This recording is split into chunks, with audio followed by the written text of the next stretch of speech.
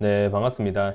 자, 오늘은 흥하이온이라는 종목 한번 좀 체크를 해볼 수 있도록 할 건데, 일단 흥하이온을 체크하기에 앞서서 일단은 그 흥하이온을 체크하는 사유가 될 수 있는 코스닥의 위치라던가 코스피 위치, 그리고 왜 지금 흥하이온을 좀 체크를 해야 되는지까지 간략하게 한번 정리 빠르게 하고 넘어갈 수 있도록 하겠습니다. 자, 일단 코스피 같은 경우에는 비교적 일단 양수를 보이면서 무탈한 흐름을 보여주고 있습니다. 하지만 뭐 구간 자체가 좀 아슬아슬하긴 하죠. 뭐 이런 흐름이 나오고 있는 거는 기본적으로 삼성이라던가 하이닉스가 어느 정도 버텨주고 있는 자리라고도 볼 수 있고요. 그리고 어쨌든 고용 성장률이 좀 강하게 받쳐지는 자리에서 연착륙에 대한 기대감이 형성되다 보니까 경기 민감성 측면을 띠고 있는 코스피 같은 경우에는 구간이 유지되고 있다라고 볼 수 있는 반면에 코스닥 같은 경우에는 아무래도 최근에 금리 영향성을 좀 끼칠 수 있는 원자재 가격의 상향이라던가 지금 흥하해온을 체크해야 되는 포인트 중에 하나인 지정학적 리스크, 네, 그 부분에 따른 부담이 결국에는 금리로까지 영향이 이어질 가능성이 높다라는 측면에서 금리 민감성 중소형 기술주들이 밀집해 있는 코스닥 같은 경우는 상당히 좀 불안한 자리에 위치가 해 있다. 이렇게 볼 수 있습니다. 자, 일단 12%에서 체크했는데 지금 벌써 3%가량 올라갈 정도로 지금 수급이 강하다라고 볼 수 있는데, 자, 일단 코스닥이 장기 추세를 체크하면 있습니다. 일단 여기서는 지금 일단 잡혀줘야 될 구간이긴 하거든요. 여기서 만약에 잡혀지지 못한다라고 한다면 매물대가 상당히 좀 거칠어질 수가 있죠. 지금 이 장기 추세를 머리에 이고서 이렇게 가야 되는 부분이기 때문에 일단은 미국 선물이 지금 나스닥 관점에서 반등을 잡아주고 있는 모습이기 때문에 그 흐름까지 유지가 된다라고 하면 여기를 타고서 이렇게 반등을 꾸려가는 그런 방면도 좀 고려를 할 수 있겠지만, 반면에 그게 아니라 미국 증시 역시도 좀 변수가 좀 고려가 되고 나스닥 구간까지 깨진다라고 한다면 여기 그대로 갭으로 이탈하면서 이 구간까지 체크할 가능성이 높습니다. 그러면 그때는 두 가지 선택지밖에 없어요. 하나는 해지주를 택할 것인가, 그게 아니라면 종목들을 매도하고 현금을 유지한 채로 시장을 바라보기만 할 것인가, 이렇게 두 개만 봐야 된다라는 겁니다. 개인적으로는 후자를 좀 말씀을 드리는 게 조금 더 건강한 시그널이 되지 않을까 싶습니다. 아무래도 시장에 대한 이런 매물대가 깊어진다는 것 자체가 시장에 대한 압박 요인이 커질 수 있다는 거고, 그리고 여기서부터 여기까지 길이가 크지 않거든요.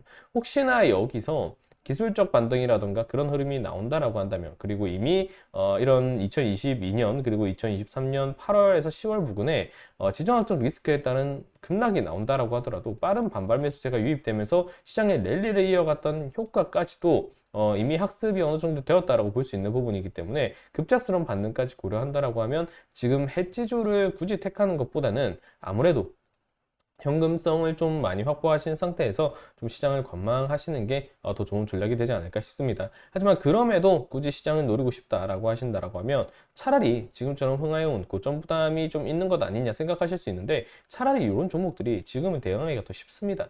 자, 어떻게 대응을 해야 되느냐라고 한다면 아까 제가 11, 2%에서 체크를 드렸던 위치가 한 요 정도 됩니다. 네, 막 매물대를 뚫어내는 자리에서 좀 체크를 드렸던 부분이 있는데, 그 구간에서 이제 매수, 뭐 지금 매수를 들어간다라고 하시더라도 하방 대응이 너무 명확하잖아요. 아까 전에 체크를 드렸던 것처럼 뭐 코스닥이 장기 이평선이 이렇게 돼 있고 매물대가 이렇게 돼 있었다라고 할 때 차트적 관점에서 코스닥이 지금 이 위치에 와 있다라고 했죠. 이 구간에서 이 구간까지 매물대를 지지받을 수 있는 최후 저항선까지 갭이 크지 않다라고 말씀을 드렸습니다. 이 갭 구간 정도가 이 구간 정도다라고 판단을 하셔도 좋을 부분이라는 거죠. 그래서 지금 매물대가 벗겨진 자리에서 내가 접근성을 둘 것이다 라고 한다면, 제가 체크드렸던 건 한 요 정도 구간에서 영상을 시작했지만 이 구간이 이탈하는 게 아니라고 한다면 충분히 포지션을 좀 취해도 좋을 위치다 라고는 볼 수가 있다는 겁니다. 최근에 일단 대장주격 흐름을 가져가고 있는 모습이고, 이미 앞선 구간에서 매물 테스트를 좀 가져갔습니다. 네, 매집 테스트를 좀 가져갔다라고 볼 수 있어요. 물론 뭐 그런 생각도 하실 수 있겠죠. 이스라엘과 이란의 교전이 이번에 터진 건데 이게 매물 테스트로 볼 여지가 있다라고 어떻게 좀 단정지어 말할 수 있느냐라고 한다면, 그 사람은 시장을 정말 조금만 본 거죠. 이스라엘과 이란의 이런 교전 포인트 같은 경우에는 제가 이전부터 체크를 드렸지만 홍해 이슈가 사그라든 부분이 아니고, 이란이 만약에 정말 이런 본격적으로 전선에 뛰어든다라고 한다면 호르무즈 해협 봉쇄해버리면 정말 물동량이라던가 에너지 가격 걷잡을 수 없다라고 말씀드렸습니다. 그런 측면에서 아직까지 이슈가 마무리된 게 아니기 때문에 거듭 강조를 드렸던 부분처럼 시장이 약세를 볼 때는 흥하해운이라던가 원자재 관련 주들을 주목을 해야 된다라고 말씀을 드렸던 거죠.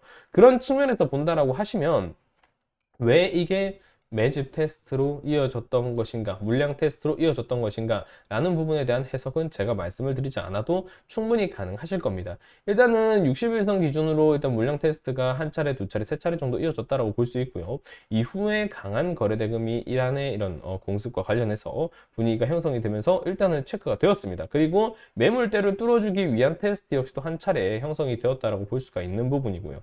이미 물량이라던가 이런 매집대, 매물대 이런 관점에서는 충분히 의미 있는 돌파가 지금 나오고 있다라는 거죠. 그래서 진입 포인트 자체를 굳이 겁낼 만큼의 그런 차트적 흐름이 나오고 있는 것은 아니다 라고 볼 수가 있습니다. 이미 11% 체크해 드렸는데 지금 짧은 순간에 지금 영상 찍은 지 한 6분 정도밖에 안 됐는데 벌써 5% 내지 6% 정도가 지금 급등이 나왔잖아요. 네, 그만큼 수급이 강하다라는 겁니다. 그래서 지금 이 자리에 지금 접근을 하시겠다라고 하시는 분들은 대응 명확히 그냥 요 구간 정도로만 가져가시면 돼요. 요 구간 정도만 지켜진다. 그리고 더 조금 더 여유를 좀 두면서 가져가고 싶다라고 하시면 그냥 5일선 대응하세요. 5일선 대응.